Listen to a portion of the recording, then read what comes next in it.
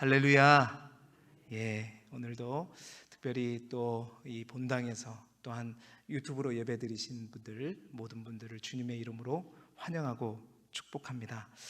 사실은 이제 거의 사무엘상이 이 새벽에 거의 다 끝나가요. 근데 지금 사무엘상 개론을 이제 시작합니다. 그래서 제가 아마 이 말씀드리면 사무엘상을 여러분 다 읽었기 때문에 더 쉽게 다가올 거예요. 그래서 오늘 최대한 빨리 끝내 보도록 하겠습니다.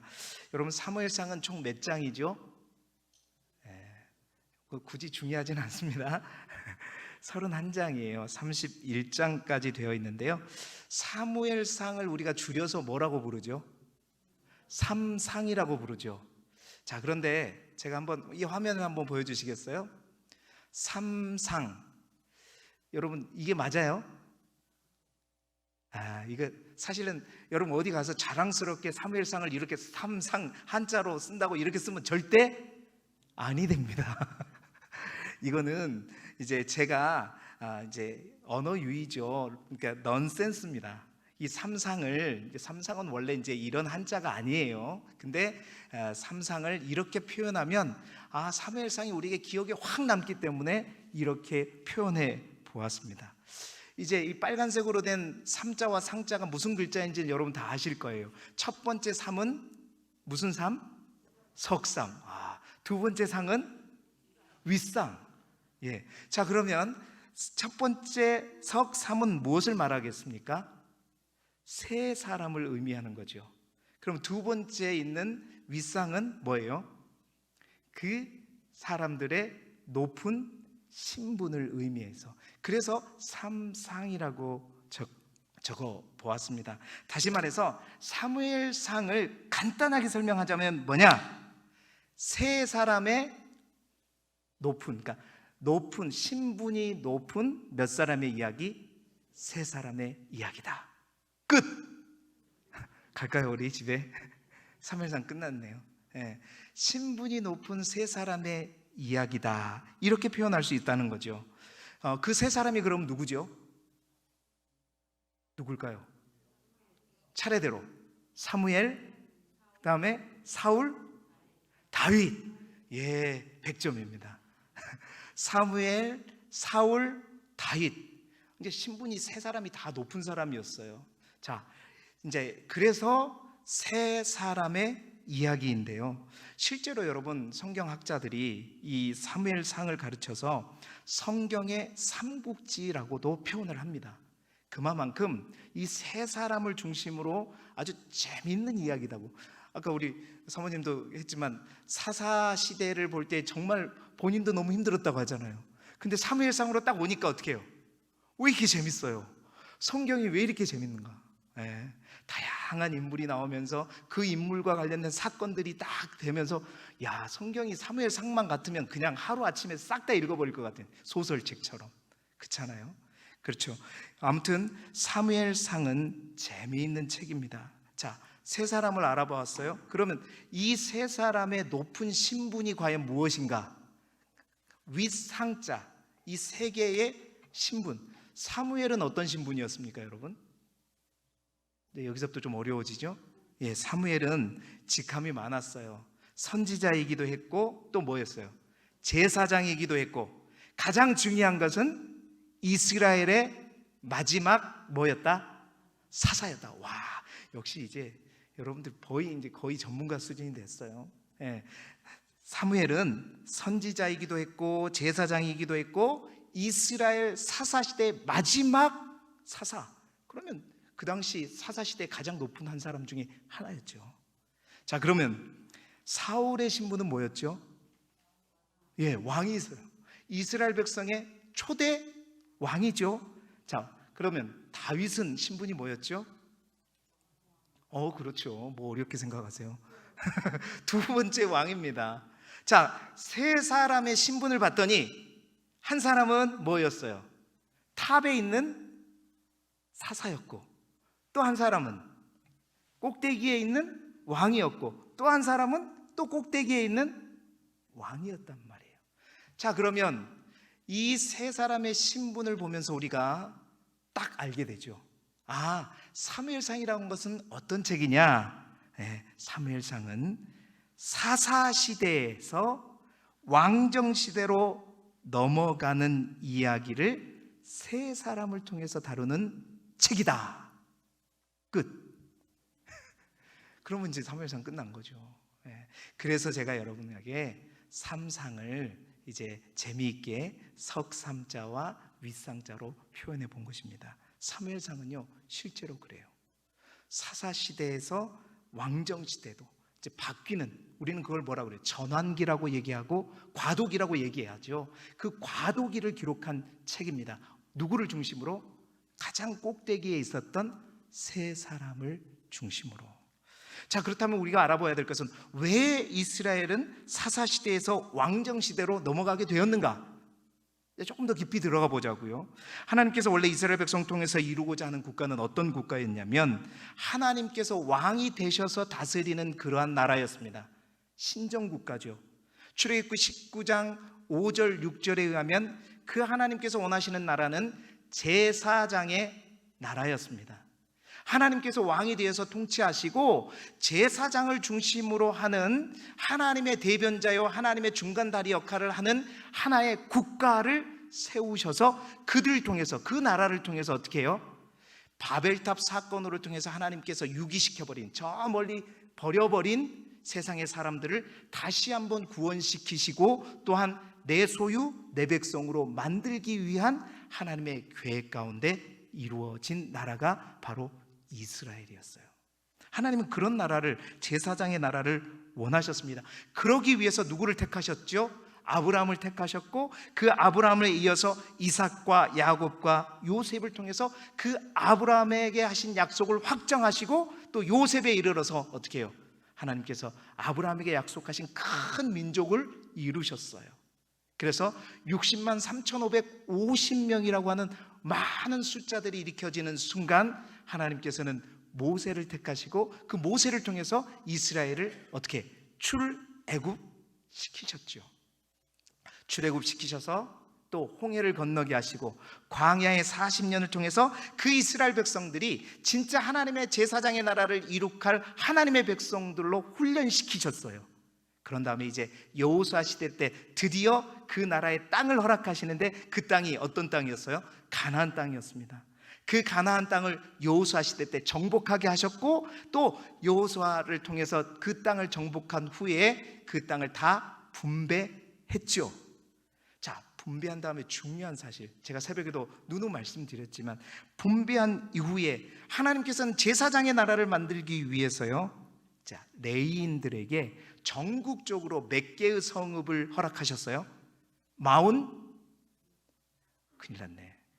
48개. 48개와 그 48개 중에 6개의 도피성까지 해서 48개 레인 성읍을 만들어 주셨어요. 왜일까요? 그 레인들을 통해서 이스라엘 지파들의 신앙을 잘 인도해서 하나님이 원하시는 어떤 나라? 신정국가죠. 제사장의 나라가 이루어지기를 하나님은 기대했단 말이에요. 그래서 그 레인들은 이스라엘 백성들이 내는 그 11조와 그런 공물을 통해서 먹게끔 하시고 열심히 어떻게 해요? 신앙 교육을 하게끔 만들으셨어요. 그런데 문제는 뭐였습니까? 그 레인들이 제대로 작동했다 못했다? 우리가 사사기 제일 말미에 17장부터 21장까지 보았잖아요. 레인이 얼마나 타락했는가. 여러분, 그 레인들이 제대로 작동하지 못함으로 그러면서 이스라엘 백성들에게 무슨 시대가 오기 시작했어요? 사사 시대가 오기 시작했습니다. 그 사사기에 있는 뒤쪽에 있는 내용들이 사사기 초기의 내용이라고 제가 말씀드렸어요. 사사 시대가, 어둠의 시대가 오기 시작했어요.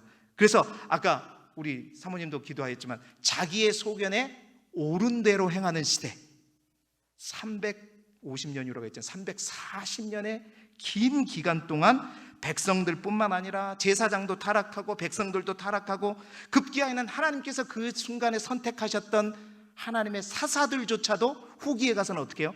타락하기 시작했잖아요. 그래서 340년의 깊은 어둠 속으로 이스라엘은 불순종과 함께 저주의 길로 치닫게 되었습니다. 하지만 하나님께서는요, 그 어둠 속에서 하나님의 등불은 꺼지지 않았었다. 그래서 애굽에서 종으로 묶인 이스라엘 백성들을 구원하기 위해서 모세를 선택하셨던 것처럼 똑같아요. 그 340년의 어둠의 터널 속에 있었던 이스라엘 백성들을 새 시대로 인도하기 위해서 누구를 하나님 택하셨어요? 준비된 자 사무엘을 택하셨습니다. 그래서 제가 사무엘은 제2의 뭐라고 그랬어요? 모세와 같은 존재라고 말씀드렸잖아요. 예, 그 어둠의 시대에서, 그 사사 시대에서 이제 새로운 시대를 열기 위해서 하나님은 사무엘을 택하시고 사무엘을 통해서 자신의 뜻을 드러내셨습니다. 그래서 하나님이 왕이 되셔서 다스리시는 진정한 세상의 다른 나라와 다른 신정국가를, 제사장의 나라를 다시 한번 일으키려고 하셨죠. 그런데 이스라엘 백성들은 하나님이 원하시는 신정국가가 아니라 어떤 국가를 원했냐면 이웃 나라들과 같은 그런 왕정국가. 어떤 왕정국가예요? 자신들을 위해서 왕이 손수 나셔서 싸워주는 그런 나라. 여러분, 하나님은 사무엘을 통해서 이제 그러한 너희가 원하는 그러한 왕정국가, 그 왕을 세우게 될 때 어떤 일이 일어나는가 경고를 하시잖아요. 그 왕이 너희에게 세워지게 되면 결국 그 왕이 너희들의 아들, 딸들을 징용하게 될 것이고 뿐만 아니라 너희들에게 세금을 걷게 될 것이다. 그렇게 하다 보면 결국 너희들이 뭐예요? 왕의 뭐가 될 것이다? 종이 되어버릴 것이다. 여러분, 종의 삶이 어떤 삶인지 이스라엘 백성들은 역사적으로 알고 있어요. 애굽에서 종살이 하다가 그 종살이에서 해방되기 위해서 나왔잖아요. 근데 또 다른 종이 된다는 거. 하나님이 원하시는 왕은 하나님이 왕이 되시는 그러한 국가였는데 이스라엘 백성들은 하나님께 아니요, 그래도 우리는 우리의 왕을 원합니다. 우리가 택한 왕, 우리를 지켜줄 왕, 우리가 선택한 왕, 우리 왕을 원한다고 얘기하죠. 그러니까 하나님께서 뭐라고 하세요? 그래, 좋다. 그렇다면 너희가 선택한 그 왕으로 인해서 다시 한번 힘들어져서 나에게 부르짖을지라도 그때 나는 절대 너희에게 응답하지 않겠다 하시고 드디어 그들의 요구대로 하나님은 이스라엘의 왕을 허락하시게 되는 겁니다. 그렇게 해서 사사시대에서 무슨 시대가 시작되는 거예요? 왕정시대가 시작되고 그 첫 번째 왕으로 누가? 사울이 이제 선택되게 되는 것이죠. 여러분, 그렇습니다. 이스라엘 백성들은 우리 왕을 원했어요. 하나님은 세상의 다른 많은 국가들과는 근본적으로 다르고 구별되는, 하나님이 왕이 되신 그러한 특별한 나라, 구별된 국가를 하나님은 주신다고 하셨는데 그들은 뭐라 그래요? 아니다, 필요 없다.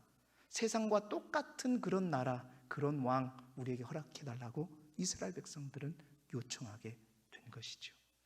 여러분, 공동체라는 게 참 좋습니다. 꼭 필요하죠. 우리라는 거 꼭 필요합니다. 그런데요, 그 공동체, 우리라고 하는 다수의 함정이 여기 있는 거예요. 정말로 하나님이 원하시는 것은 그게 아닌데 많은 백성들이 다 우리 왕, 우리 것, 우리가 선택한 왕, 우리 해버리니까 그 우리 사이에 뭐가 못 끼어들어요? 하나님의 뜻과 하나님의 역사가 개입하지 못하게 되는 거죠. 여러분, 믿음의 공동체라고 해서 다 하나님의 뜻대로 가는 게 아니라 정말 우리가 이 말씀을 통해서 하나 먼저 기억할 것은요, 잘못된 우리가 될 때 그 우리가 하나님의 뜻을 쫓아가는 것이 아니라 오히려 하나님의 뜻을 역행할 수 있다는 겁니다. 정말 우리 길두교회는요, 그런 공동체가 되지 않기를 주님의 이름으로 축복합니다. 잘못된 다수의 형포에 의해서 하나님의 뜻이 온전히 개입하지 못하게 되는 상황이 바로 이 상황이에요. 이렇게 해서 왕정시대가 시작되었습니다. 자, 그러면 이제 세워진 사울이 잘하면 되는 거예요. 그렇죠? 그런데 어떻게 되었죠? 이제 사울이 왕으로 딱 세워집니다. 그 사울이 왕으로 세워진 이야기가 사무엘상 9장부터 11장까지 돼요. 그래서 사울이 이제 왕으로 세워지자마자 사무엘은 이제 자기의 역할이 끝났기 때문에 12장에 가면 사무엘이 이제 은퇴를 하게 됩니다. 그러면서 이제 13장부터 몇 장까지, 끝까지 31장까지의 내용이 누구의 이야기예요? 사울 왕의 이야기가 쭉 나갑니다. 자, 여러분 기억하기 쉽게 13장부터 몇 장까지요? 13장을 엎으면 뭐가 되죠? 31장. 쉽네. 참 난 천재 같아요, 천재. 13장부터 딱 엎어가지고 31장까지가 누구 왕의 이야기예요? 사울 왕의 이야기인데, 근데 재밌는 것은, 중요한 것은 뭐냐면 숫자만 뒤집히는 것이 아니라 문제는 사울 왕조도 뒤집혀 버려요. 13장부터 잘 출발했던 사울 왕조가 어떻게 해요? 31장에 가면 어떻게 해요? 엎어져 버려요. 31장에 가면 사울도 죽고 사울의 세 아들도 다 죽어버리면서 사울 왕조가 끝나버립니다. 자, 이 13장부터 31장까지 이걸 기억하세요. 먼저 누구의 이야기다? 사울 왕의 이야기예요. 근데요, 이 사울 왕의 이야기, 이제 그래서 두 번째 높은 사람 이야기가 시작되는 거예요. 첫 번째 1장부터 8장까지는 누구? 사사 사무엘의 이야기. 그 사무엘이 이제 완전히 사라지는, 완전히는 아니지만 은퇴하는 때가 12장에서 은퇴하고 13장부터 이제 31장까지 사울의 이야기, 두 번째 높은 사람 사울의 이야기가 시작되는데, 그 가운데 하나님께서 이 사울이 잘했으면 좋은데, 하나님과 소통하지 못하고 맨날 자존감이 낮아가지고 맨날 막 자기 막 백성들만 의식하면서 뭔가 자기만 드러내고 자기가 뭔가를 했다는 것을 막 자랑해야 그 자존감이 채워지다 보니까, 그렇게 살다 보니까 하나님 결국 어떻게 해요?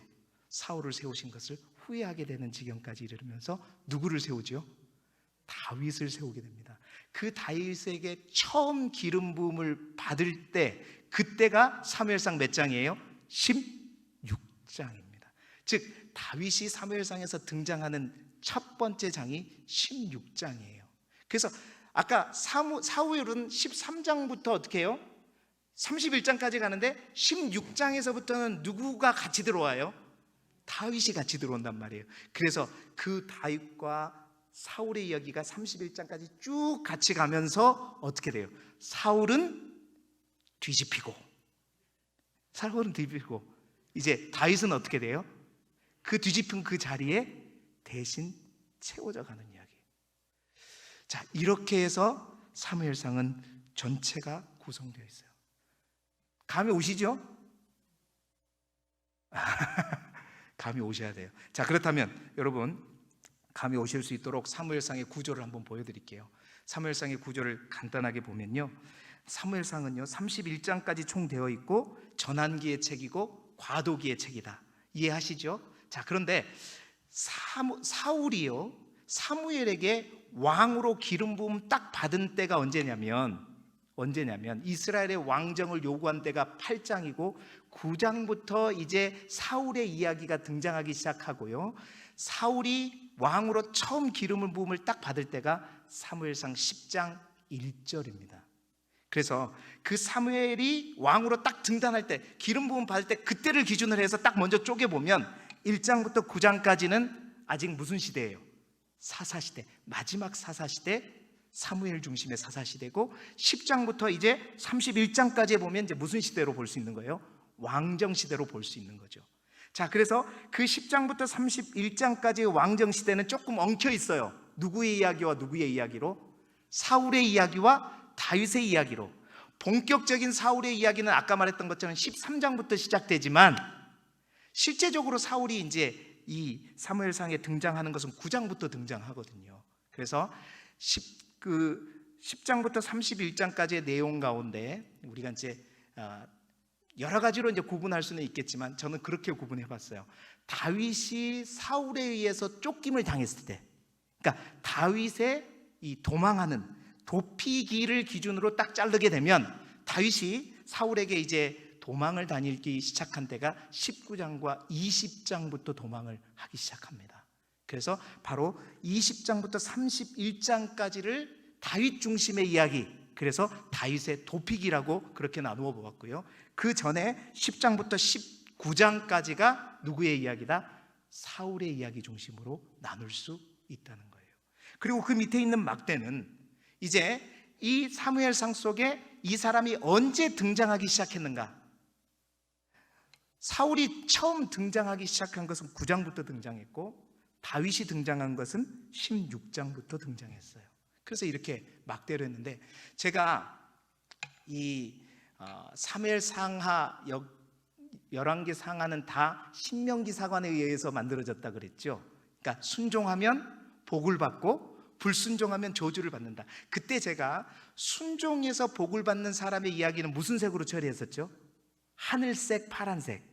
그리고 불순종해서 저주받은 것은 빨간색으로 표시했단 말이에요. 요 밑에 있는 색깔의 의미는 바로 그런 의미입니다. 왕정 국가의 왕으로 세워졌지만 불순종하여서 저주받은 인생이 사울의 이야기고, 순종해서 복받은 인생의 이야기가 누구의 이야기다? 바로 다윗의 이야기라는 거죠. 자, 이렇게 사무엘상은 구조가 되어 있습니다. 그래서 하나님께서 이 사무엘상을 통해서 원하셨던 것은 무엇이냐? 신정왕국이에요. 그러니까 신왕권 체제라고 말하죠. 하나님이 왕이신 체제를 대리할 왕을 하나님은 찾으신 거예요. 그러니까 결국 하나님은 왕을 찾기보다는, 하나님은 왕을 고르시는 것이 아니라, 이제 그만 보여주셔도 돼요. 왕을 고르신 것이 아니라 누구를 찾느냐면 하나님의 종을 찾으신 거예요. 그래서 여러분, 사무엘 하를 이제 우리가 읽다 보면은요, 이 왕이라는 단어에서 이 말이 어떤 단어로 바뀌게 되냐면 종이라는 단어로 바뀌기 시작합니다. 그래서 다윗이요, 끊임없이 다윗은 사무엘 하에 가게 되면 어떻게 고백하냐면 나는 하나님의 뭐다? 종입니다. 종이다라는 표현을 많이 쓰게 돼요. 여러분, 이게 하나님의 나라의 원리입니다. 하나님께서 뭔가 리더자를, 또 어떤 직분자를 하나님께서 세우셨을 때는 그 왕, 원래 왕은요, 제가 새벽마다 날마다 얘기하잖아요. 왕은 다스리는 자지 종이 아니잖아요. 근데 하나님이 원하시는 신정국가에서 왕은요, 다스리는 자가 아니라 뭐다? 종이다. 이게 왕의 정체성입니다. 여기에, 그러니까 하나님의 사역의 원리에 있어서 모든 리더자도 마찬가지예요. 목사도 마찬가지입니다. 직분자도 마찬가지예요. 은사자도 마찬가지입니다. 이 정체성을 떠나버리게 되면 안 된다는 거죠. 맞습니다. 모두가 다 이 종이라는 정체성을 분명히 가지시고 하나님은 그들을 통해서 일하시는 거예요. 철저하게 내가 목사다 이래가지고 영적인 권세를 내세워가지고 막 성도들을 다스리려고 한다? 이 길의 끝은 뭐예요? 사울이 가는 길과 동일한 거죠. 절대 그 길이 아니에요. 하나님이 원하시는 직분자, 종, 리더자의 정체성은요, 바로 종의 리더십입니다. 철저하게 왕 대신 하나님 앞에 먼저 순종하고, 그 순종하는 모습으로 본을 보이고, 그 순종함으로 인해서 또 백성들을 어떻게 해야 돼요? 섬기고 또 보살피는, 이게 바로 하나님이 찾으시는 이스라엘의 왕이었습니다. 이제 이 정체성을 잃어가는 사람이 누구예요? 이제 잊어버리고 그 정체성으로 멀어져 가는 사람이 사울이고, 그 정체성으로 다듬어져 가는 사람이 누구예요? 다윗인 거예요. 다윗인 거예요. 사랑하는 성도 여러분, 그렇습니다. 다윗은 그래서 이러한 정체성의 사람으로 만들어지면서 끊임없이 자신이 왕이라는 것을 내세우지 않고, 보십시오. 이제 내일 모레부터 이제 보게 될 텐데 열심히 하나님께 묻습니다. 하나님 앞에 묻고 아뢰고 또 하나님 앞에 기도하면서 나가요. 하나님의 뜻보다 앞서질 않아요. 예, 그렇습니다. 우리가 이 종이라는 사실들을 잊지 않고 정말 다윗과 같은 그런 인생을 살아갈 수 있기를 주님의 이름으로 축복합니다. 그렇습니다. 사무엘서에서 원하는 것은 누가 진정 하나님의 종인가? 진정한 하나님의 나라의 종은 어떤 종인가? 철저하게 하나님께 순종하는 종이다. 그래서요, 사무엘상의 주제 구절은 뭐냐면 사무엘상 15장 22절입니다. 우리 15장 22절의 말씀을 화면을 보고 함께 읽어볼까요? 15장 22절 말씀 시작. 사무엘이 이르되 여호와께서 번제와 다른 제사를 그의 목소리를 청종하는 것을 좋아하심 같이 좋아하시겠나이까? 순종이 제사보다 낫고 듣는 것이 순양의 기름보다 나으니. 여러분, 이것이 특히 순종이 무엇보다 낫고요? 제사보다 낫고 듣는 것이 순양의 기름보다 나으니, 이것이 바로 사무엘상 전체를 꿰뚫는 주제 선구입니다. 하나님은 뭘 기뻐하신다요? 순종을 기뻐하느냐 제사를 기뻐하느냐 둘 중에 하나를 선택하는 것이 아니라 하나님 앞에 순종이 없는 제사는 결코 하나님이 기뻐하시지 않는다. 그러니까 하나님은 하나님의 백성에게 뭘 원하신다는 거예요? 온전한 순종을 원하신다는 거예요. 제가 새벽에 이 본문 말씀하면서 진짜 순종은 뭐냐? 부분적인 순종도 순종이 아니요, 선택적인 순종도 선별적인 순종도 순종이 아니라 하나님 앞에 우리의 순종은 어떻게 해요? 온전한 순종이 돼야 된다. 하나님 우리에게 원하시는 것은 하나님의 말씀에 온전히 순종하는 그 순종을 원하신다는 거예요. 순종, 듣는 것, 이것이 제사보다 낫다는 말씀인 거죠. 그런데 이 사무엘상의 주제가 되는 이 말씀의 뿌리가 되는 말씀이 어디냐?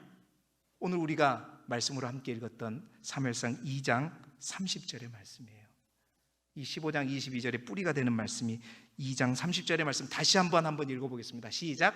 그러므로 이스라엘 하나님 나 여호와가 말하노라. 내가 전에 내 집과 내 조상의 집이 내 앞에 영원히 행하리라 하였으나 이제 나 여호와가 말하노니 결단코 그렇게 하지 아니하리라. 나를 존중히 여기는 자를 내가 존중히 여기고 나를 멸시하는 자를 내가 경멸하리라. 이스라엘 백성들아, 이제 너희가 선민이라고 해서 내가 택한 하나님의 백성이라고 해서 내가 항상 너희 집과 너희 조상의 집 앞에 내가 있을 것이라고 착각하지 말라는 거예요. 이제 내가 그러지 않는다. 나를 순종하는, 나를 존중히 여기는 자를 어떻게 하고? 내가 존중히 여기고 나를 멸시하는 자를 내가 어떻게 하리라? 경멸하리라 말씀하는 거예요. 이 말씀은 어린 사무엘이 하나님께서 엘리 집안을 저주할 때 하신 말씀입니다. 그렇습니다. 사무엘서는요, 누가 진정으로 하나님을 존중하는 사람인가? 하나님을 존중한다는 것은 왕 대신 그 하나님의 말씀에 철저하게 순종하는 것을 의미하는 것이죠. 이제 이스라엘 사람들은 그들의 왕의 요구로 인해서 왕을 세우는 것이지만 하나님이 원하시는 왕은 순종하는 왕이요 종과 같은 왕을 찾으시는 것입니다. 그래서 하나님의 방법은요, 오히려 하나님 앞에 종이 되면 그 왕을 하나님이 높이시고 그 왕을 하나님께서 사용하신 온전한 그릇으로 사용하게 되는 거죠. 그 첫 번째 왕으로 기름 부었던 사울은 불순종해서 실패했고, 그리고 다윗은 순종해 감으로 준비되어지는 이야기가 바로 사무엘상 31장까지의 이야기입니다. 자, 이제 말씀을 마무리하겠는데요, 여러분, 사무엘상은요 전환기의 책입니다. 과도기의 책이에요. 이 과도기에 사무엘상은 두 인물의 명확한 명암 대비를 통해서 분명하게 우리가 걸어가야 할 길들을 보여주고 있죠. 새로운 시대를 열어갈 사명을 가지고 사울도 세워졌고 다윗도 세워졌습니다. 그런데 한 사람은 불순종으로, 또 한 사람은 순종으로 둘 다 처음과 달라진 모습을 드러내죠. 그러나 그 달라진 모습이 명확하게 두 사람이 다르죠. 어떤 차이인가? 여러분, 비슷한 단어이지만요 완전히 다른 두 단어가 있습니다. 오늘은 그 두 단어를 가지고 마지막 메시지를 마무리하겠는데요, 변화와 변질이라는 단어입니다. 여러분, 국어 실력으로 여러분 다 아시죠? 변화와 변질의 차이가 무엇인가? 여러분, 변하는 건 둘 다 마찬가지예요. 변해가는 건 마찬가지입니다. 그런데 그 다음에 무엇이 어떻게 변하는가가 다른 게 바로 변화와 변질의 차이인 것이죠. 변화는 원래 상태나 내용이 새로운 형질로 만들어지되 발전적인 현상으로 바꾸어지는 것을 의미한다면, 변질은 어떤 것이죠? 성질이 달라지거나 물질의 질이 변하는데 그것이 발전적으로 달라지는 것이 아니라 퇴보하는 거예요. 안 좋아지는 쪽으로 발전되는 것. 여러분, 그렇습니다. 같은 사람일지라도 변화를 받아서 성숙한 경지에 이르러 가지고 사랑과 화평을 주는 사람이 있는가 하면, 똑같이 변해가는데 변질되어 가지고 이웃에게 아픔과 상처를 주는 사람이 있는 것처럼 우리가 열매들도 마찬가지입니다. 어떤 열매가 익어간다는 것은 성숙의 과정을 통해서 새로운 형질로 변화되는 것을 의미하는 거죠. 그러나 제대로 익지 못하고 상하거나 쪼그라들게 되면 어떻게 돼요? 그 과일의 맛이 변질되게 되어서 먹을 수 없게 되죠. 결국 그 과일은 쓰레기통에 버려지게 되는 것입니다. 새 시대를 열어갈 사명을 갖고 첫 번째 왕으로 오른 사울은 변해갔어요. 그런데 그의 변함은 변화가 아니라 뭐다? 변질이었다는 겁니다. 새벽에도 우리가 보았지만 시작할 때 그는 그렇게 시작했어요. 스스로 자기는 작은 사람이다. 가장 작은 지파의 가장 작은 사람이라고 자기는 생각하고 그렇게 시작했습니다. 그러한 그에게 하나님의 영이 크게 임하여서 예언도 하였고 또 그 하나님의 영에 감동되어서 그는 암몬을 무찌르기도 했었습니다. 그렇게 시작했던 사람이 누구였어요? 사울이었습니다. 그러나 그는 시간이 갈수록 변화가 아닌 변질이 되기 시작했죠. 왜요? 하나님과 그는 소통하지 않았어요. 하나님과 관계를 갖지 않고 항상 그는 사무엘과만 이야기를 하고 사무엘을 통해서 하나님을 만났죠. 그러면서 그는 계속해서 끊임없이 하나님과 관계 속에서 하나님 속에서 뭔가 변해가는 것이 아니라 사람을 의식하고 백성을 의식하고 낮은 자존감으로 자신을 자랑하고 명예의 욕과 권력에 사로잡히게 되죠. 그래서 결국 어떻게 해요? 그는 변질되게 됩니다. 자신의 힘만 나중에 의지하게 되죠. 누구도 포용하지 못합니다. 힘으로 억압하고 누르려고 하고 그의 인생은 브레이크가 없는 인생이 돼버려요. 하나님도 없습니다. 사무엘도 없어요. 내일 새벽에 보게 되면 제사장들 죽이는 거 아무렇지도 않게 생각해요. 하나님이 세우신 종을 죽이는 거 아무렇지도 않게 생각해요. 브레이크 없는 인생. 오직 누구를 죽이는 데만, 다윗을 죽이는 데만 혈안이 되어서 변질되어가는 인생이 바로 사울이었고, 이에 반해서 여러분 다윗은 어떻습니까? 평범한 목동이었습니다. 자신 스스로가 나는 천한 자라고 그는 고백했어요. 그런데 형들을 안부를 물으러 갔다가 저 골리앗이 하나님의 이름을 모독하는 것을 가지고 그는 하나님의 이름으로 그 골리앗을 때려 눕히면서 이스라엘의 역사 가운데 올라오게 되었죠. 아주 멋지게 혜성같이 나타났습니다. 모든 사람이 주목하지 않는 다윗이었지만 하나님 한 분이 그를 주목하였고 또 그는 하나님의 이름으로 골리앗을 물리쳤는데, 여러분, 하지만 그것은 시작일 뿐 다윗의 인생은 그렇게 시작되다 보니까 사울의 시기를 받아가지고 10년이 넘도록 그는 미움을 받고 끊임없이 쫓겨다녔고 위협당하면서, 여러분, 긴 병에 장수 없다고, 다윗도 사람인데 보십시오. 오늘 새벽에 그랬잖아요. 다윗이 정말로 이래도 저래도 자기는 여전히 함정 가운데 있었고 도망 가운데 있었는데 얼마나 좌절되겠어요. 그 또한 오늘 새벽에 본문 말씀에 보면 거짓말을 하고 속이면서 자신의 방법대로 피해가려고 하는 그런 인간적인 모습을 보여주게 되죠. 그러나 그 와중에서도 그는 끝까지 뭘 놓지 않았어요? 하나님을 향한 끈을 놓지 않았어요. 그럼에도 불구하고 하나님을 붙잡았단 말입니다. 그러면서 그는 그 음침한 골짜기 속에서 자신을 구원하시고 자신을 붙들어 주신 하나님의 은혜, 자신의 부족함보다 더 큰 하나님의 은혜, 자신의 연약함보다 더 큰 하나님의 은혜를 체험하게 되죠. 그러면서 그는 그 하나님과 함께 갑니다. 그러면서 그 도망자의 삶 속에서도 그는 변해가는데 어떻게 되는 거예요? 변질되는 것이 아니라 더 성숙한 모습으로, 더 아름다운 모습으로, 하나님이 기뻐하시는 종의 모습으로 다듬어져 가게 되죠. 성장하고 성숙하고 또 하나님이 준비하시는 왕으로 준비되어져 가는 것입니다. 사랑하는 여러분, 그런 의미에서 사무엘상은 우리에게 이 시대에 특별한 메시지를 우리에게 주는 것 같아요. 우리는 끊임없이 변하는 것을 요청받는 시대에 살고 있습니다. 그렇죠? 그런데 여러분, 저와 여러분이 변해가되 변질되지 아니하고 변화되어지는 저와 여러분이 되기를 소망합니다. 최근에 정말 여러분 코로나19가 수많은 것들을 변화시켰어요. 여러분 2년 전만 해도 우리가 이런 시대가 올 거라고 생각했습니까? 예, 우리 교회만 봐도요. 오늘 이제 우리가 대면 예배를 다시 회복했지만 온라인 예배, 비대면 예배 처음 드릴 때는 어떻게 했어요? 제 마음도 그랬어요. 처음 여러분을 대면하지 못하고 예배를 드릴 때 얼마나 안타까웠는지. 여러분 그렇죠? 어떻게 이렇게 예배를 드릴 수가 있어? 너무 안타까워하고 그래도 우리가 가정에서 집에서 예배 드리라도 가정 예배라도 정말로 하나님께서 뜨겁게 역사하실 수 있도록 간절하게 찬송을 불러도 그렇게 예배를 드렸어요. 근데 우리 교회는 제가 볼 때는요 하나님을 향한 마음이 뜨거워서 덜 그런 것 같아요.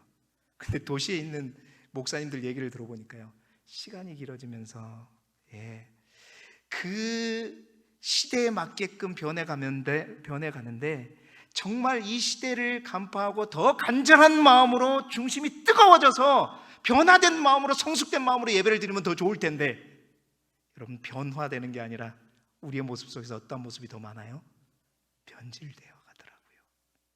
모든 목사님들에게 우려가 드러나고 있어요. 함께 예배 드리는 게 이제 부담스럽답니다. 그리고요 여러분 이제 예배 안 드린 게 더 편하고 좋대요. 집에서 예배 드리는데 처음 예배 드릴 때는 성전에서 예배 드리는 거와 똑같이 예배 드렸는데 지금은요 집에서 예배 드릴 때 음료도 마시고 침대에 누워서 예배 드리는 사람도 있고 또 예배 중에 화장실로 갔다가 핸드폰도 봤다가 전화 오면 전화 통화하고 어떤 목사님 그래요. 실시간 예배 조회수를 보면 분명히 10명으로 100명으로 시작해서 100명이 쭉 끝까지 가야 되잖아요. 100명 됐다고 50명으로 줄었다가 끝나면 다시 또 100명 되고 막 이런데 요동을 친다는 거예요. 무슨 의미인지는 모르겠지만 여러분 이렇게 변질되지 말아야 되겠다. 여러분 코로나만 잡히면 우리가 무조건 승리하는 것이 아니다. 이 코로나19로 인해서 정말 우리가 하나님을 예배하고자 하는 그 예배의 마음들이 사라지고 그 기도의 간절함이 사라지고 찬양의 뜨거움이 사라지게 된다면 코로나를 우리가 정복할지라도 여러분 우리는 패배한 것이죠. 진 것입니다. 그래서 새벽마다 제가 함께하는 성도들에게 코로나19 이후의 교회의 부흥을 위해서 저는 날마다 기도합니다. 이때가 우리가 더 간절히 기도해야 되고 더 뜨겁게 하나님을 붙잡고 나아가야지만 코로나가 끝났을 때 우리가 패배자가 되는 것이 아니라 뭐가 된다? 승리자가 되는 것이다. 할렐루야. 여러분 그렇습니다. 변질되지 않는 방법은 딱 한 가지예요. 그 답을 누가 보여주느냐? 바로 다윗이 보여줘요. 변질되지 않는 딱 한 가지 방법은 변질되는 수많은 것들을 바라보는 것이 아니라 누구를 바라보는 것이다? 영원히 동일하시고 변함이 없으신 그분 우리 하나님을 바라보는 것이고 붙잡는 것이고 그 하나님 안에 꼭꼭 묶여 있으면 우리는 변질되지 않고 그 하나님 안에서 변화되어질 줄 믿습니다. 계속되어지는 사무엘상의 이야기를 통해서 다윗이 그 어려운 환경 속에서도 어떻게 하나님을 붙들며 하나님이 원하시는 아름다운 모습으로 변화되어 가는가, 그리고 사울의 변질되는 모습을 바라보면서 그 반면교사를 삼으면서 우리가 사무엘상을 읽어 갔으면 좋겠어요. 그래서 우리 모두가 하나님이 기뻐하시는 이 시대의 다윗과 같은 삶을 살아가실 수 있기를 그리스도 예수 이름으로 축복합니다.